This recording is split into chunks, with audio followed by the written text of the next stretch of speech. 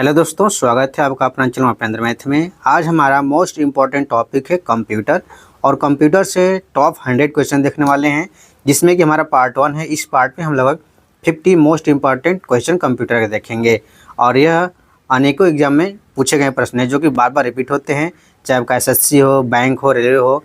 यदि आपने इसको एक बार पढ़ लिया तो अवश्य इस टॉपिक से आपको किसी भी एग्जाम में क्वेश्चन मिल जाएंगे। इससे पहले यदि आप हमारे चैनल पर नए हैं तो चैनल को सब्सक्राइब कर लें, बेल आइकन को प्रेस कर लें ताकि हम जो भी वीडियो डालें उसकी नोटिफिकेशन आप तक सबसे पहले पहुंच जाए। और यदि आपको इस क्वेश्चन की पीडीएफ चाहिए तो हमारे इस चैनल से जुड़ के और वहां पे डिस्क्रिप्शन में जाए और वहां से आप टेलीग्राम से इसकी पीडीएफ डाउनलोड कर सकते हैं। तो चलिए स्टार्ट करते हैं, देखते हैं हमारा क्वेश्चन फर्स्ट। हमारा पहला क्वेश्चन है, वाईफाई का पूरा नाम क्या होता है? तो वाईफाई का पूरा नाम होता है वायरलेस फिडेलिटी, यानी कि ऑप्शन है इसका सही उत्तर हो जाएगा। अगला क्वेश्चन है आपका, निम्न में से किसी भी ब्राउज़र या वेबसाइट का पहला या मुख्य वेब पेज क्या होता है? इस प्रश्न का उत्तर हो जाएगा ऑप्शन ए, होम पेज होता है, याद रखिएगा।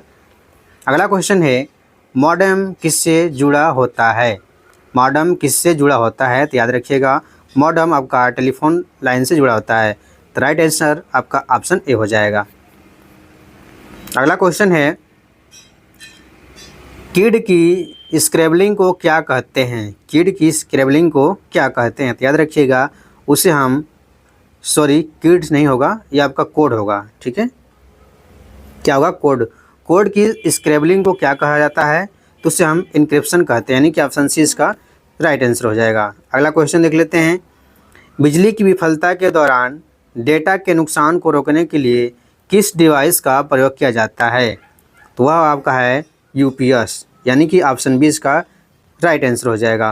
अगला क्वेश्चन देख लेते हैं, कैथोड रे ट्यूब जिसे हम सीआरटी डैश का उदाहरण है कहते हैं, तो किसका उदाहरण है? याद रखिएगा, यह आपका मॉनिटर का उदाहरण है, यानी कि ऑप्शन सी इसका राइट आंसर हो जाएगा।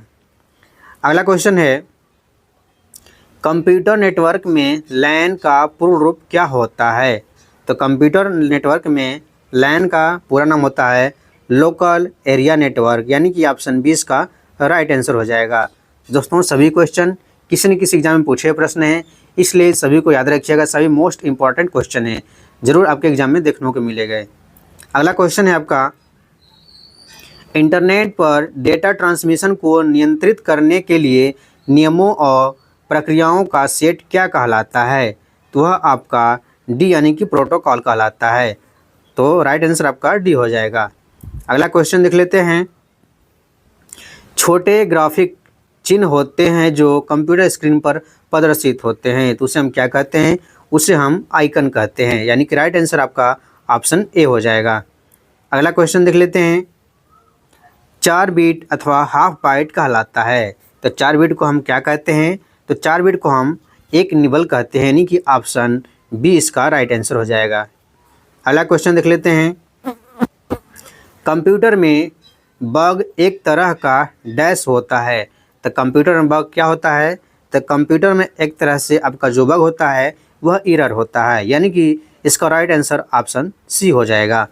अगला क्वेश्चन है, बाइनरी अंक अर्थात 0 और 1 को संयुक्त रूप से डैश कहते हैं, तो इन दोनों को संयुक्त रूप से क्या कहते हैं? तो उसे हम बिट कहते हैं, यानी कि इसका राइट आंसर ऑप्शन ए हो जाएगा। यदि दोस्तों आपको वीडियो पसंद आ रहा है तो वीडियो को लाइक, शेयर और चैनल को सब्सक्राइब जरूर करिएगा और अपने दोस्तों को बताएं ताकि वो भी इस वीडियो का लाभ ले सकें। अगला क्वेश्चन है आपका, टीडीएमए का पूर्ण रूप क्या होता है?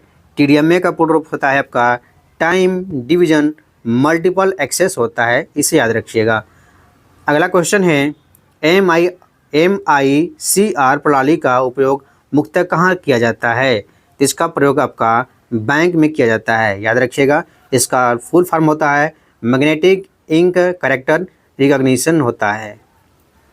अगला क्वेश्चन देख लेते हैं, कंप्यूटर डैश सिग्नलों के रूप में डाटा भेजने एवं प्राप्त करता है, तो इसका राइट आंसर हो जाएगा ऑप्शन ए, डिजिटल के रूप में, याद रखिएगा। अगला क्वेश्चन है, डायरेक्टरी के भीतर की डायरेक्टरी को क्या कहते हैं? तो उसे हम सब डायरेक्टरी कहते हैं, यानी कि इसका राइट आंसर ऑप्शन ए हो जाएगा। अगला क्वेश्चन है, इंटरनेट में प्रयुक्त होने वाली लैंग्वेज कौन सी है? तो इसका राइट आंसर हो जाएगा आपका जावा, यानी कि ऑप्शन ए राइट आंसर हो जाएगा। अगला क्वेश्चन है, मॉनिटर के डिस्प्ले को आकार को कैसे मापा जाता है? तो इसका राइट आंसर हो जाएगा आपका ऑप्शन सी, यानी कि डायगोनली मापते हैं। याद रखिएगा, जो भी मॉनिटर की स्क्रीन होती है उसको हम इस प्रकार से डायगोनली मापते हैं। अगला क्वेश्चन है, कंप्यूटर में प्रयोग होने वाला जावा भाषा को किस कंपनी ने बनाया है? तो इसको बनाया है ऑप्शन सी, ओरेकल कंपनी ने बनाया है, यानी कि राइट आंसर ऑप्शन सी हो जाएगा। अगला क्वेश्चन है, सी भाषा को किसने बनाया है? तो सी भाषा को डेनिस रिटची ने बनाया है, यानी कि ऑप्शन सी इसका राइट आंसर हो जाएगा। अगला क्वेश्चन है, पैरेलल पोर्ट में मुख्यतः किसे कनेक्ट करते हैं? तो पैरेलल पोर्ट में मुख्यतः प्रिंटर को कनेक्ट करते हैं, यानी कि राइट आंसर इसका बी हो जाएगा। अगला क्वेश्चन है, फेसबुक का पुराना नाम क्या था? फेसबुक का पुराना नाम फेस मैश था, यानी कि राइट आंसर डी हो जाएगा।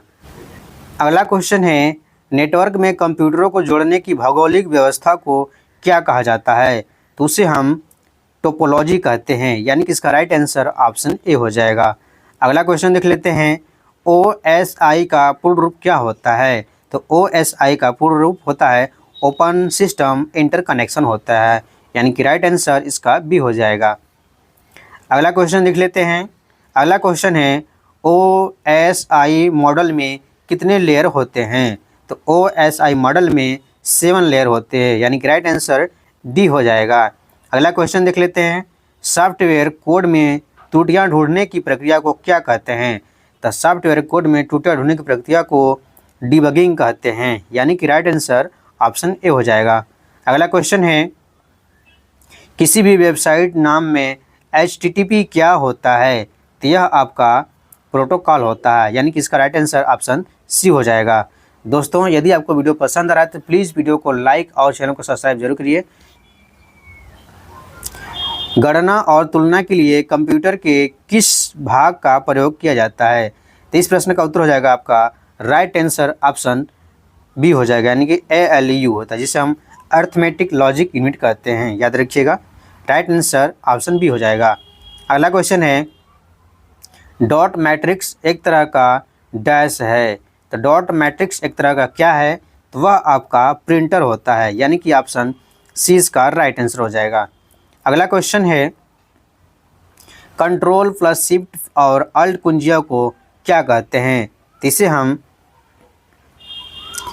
क्या कहते हैं? याद रखिएगा, तो इसे हम मॉडिफायर कुंजी कहते हैं, यानी कि ऑप्शन 20 का सही उत्तर हो जाएगा।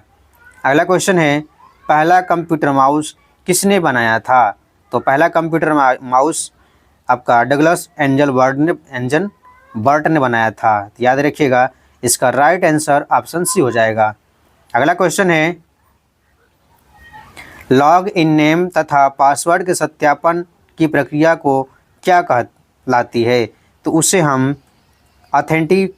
ऑथेंटिकेशन कहते हैं, यानी कि ऑप्शन बी राइट आंसर हो जाएगा।